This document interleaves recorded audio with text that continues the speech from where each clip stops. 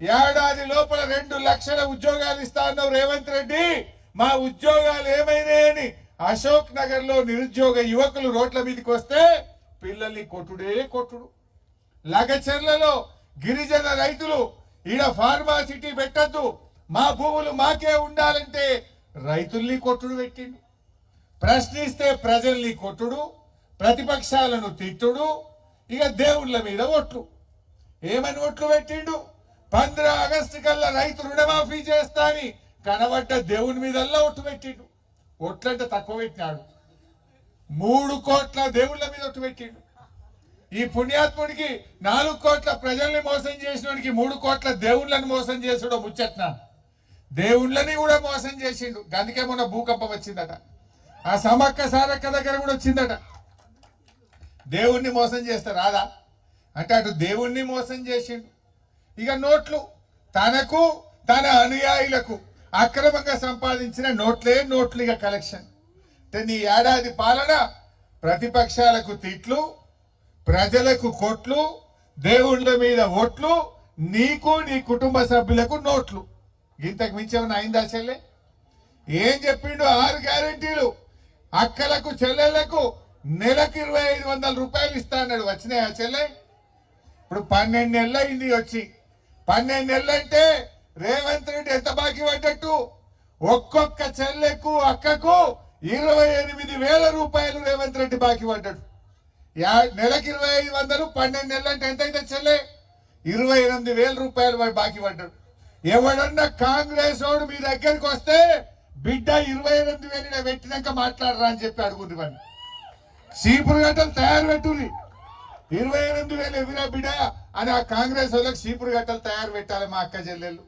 ఏమన్నాడు అవ్వాతాతలకు? ఇగో ఇందిరమ్మ రాజ్యం వస్తుంది, కేసీఆర్ 2,000 ఇచ్చిండు కదా, నేను 4,000 ఇస్తా అన్నాడు. పడ్డాయావా? 4 పడ్డాయా? మన కేసీఆర్ 200 2,000 చేస్తా అంటే చేసిండా లేదా? మరి 2,000 4,000 చెప్తా అన్నాడు. డిసెంబర్లోనే చేస్తా అన్నాడు. పోయిన డిసెంబర్ పోయి మళ్ళీ డిసెంబర్ వచ్చింది. ఏడాదైనా అవ్వా తాతలకు 4,000 పింఛన్ రాలే. అంటే ఎంత బాకీ పడ్డట్టు ముసలులకు? ఒక్కొక్కరికి 24,000 బాకీ పడ్డాడు. అవ్వా తాతలకు చెప్పుంది, ఎవడైనా కాంగ్రెస్ వాడు వస్తే ఏడాది నిండింద్ర నాయన గా 24,000 ఇచ్చినాక మాట్లాడమని చెప్పాలి. పక్కన చంద్రబాబు నాయుడు ఇస్తలేడా?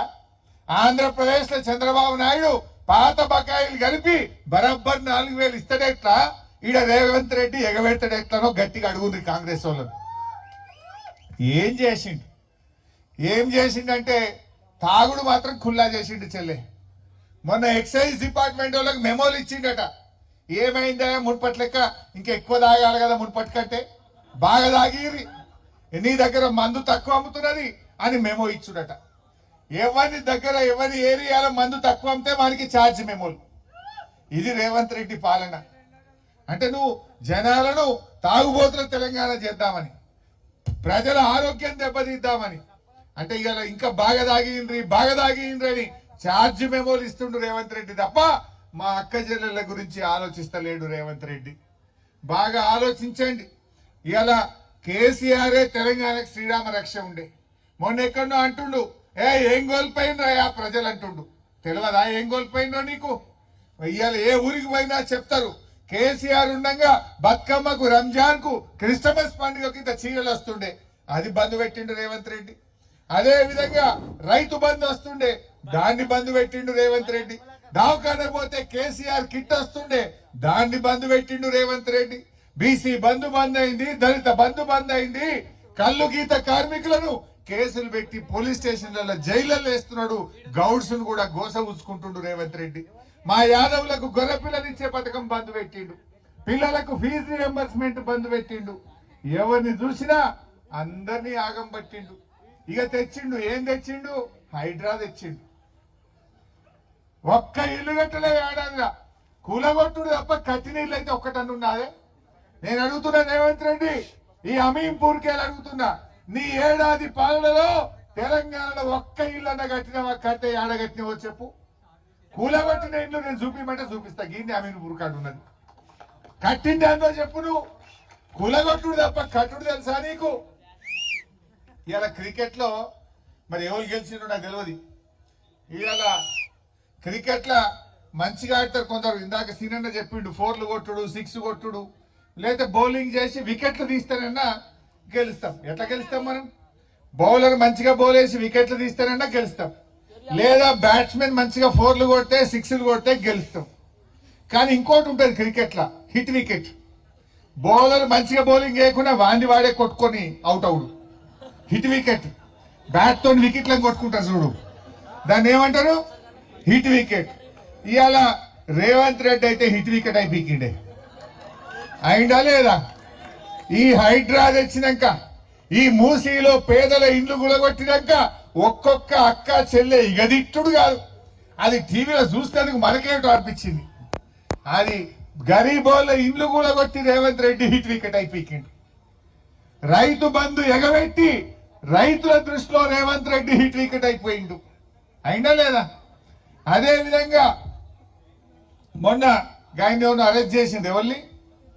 అల్లు అర్జున్ అరెస్ట్ చేసి రేవంత్ రెడ్డి హిట్ వికెట్ అయిపోయిండు.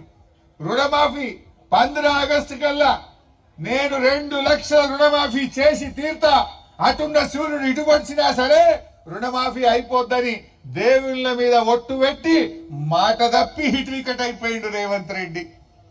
లగచెర్లలో మా లంబాడి అక్క చెల్లెల భూములు గుంజుకొని, ఆ పేదల భూములు గుంజుకొని అర్ధరాత్రి అరెస్ట్ చేసి తెలంగాణ ప్రజల దృష్టిలో రేవంత్ రెడ్డి హిట్ వికెట్ అయిపోయిండు. మొన్న సంగారెడ్డిలో ఆ రైతులకు నాగలి పట్టాల్సిన రైతుల చేతులకు బేడీలేసి రేవంత్ రెడ్డి హిట్ వికెట్ అయిపోయిండు.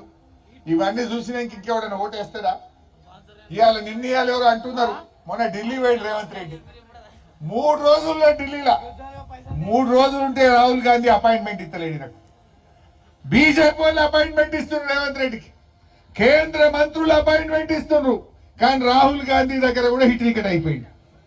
నా సోనియా గాంధీ కలుస్తలేదు, నా రాహుల్ గాంధీ కలుస్తలేడు.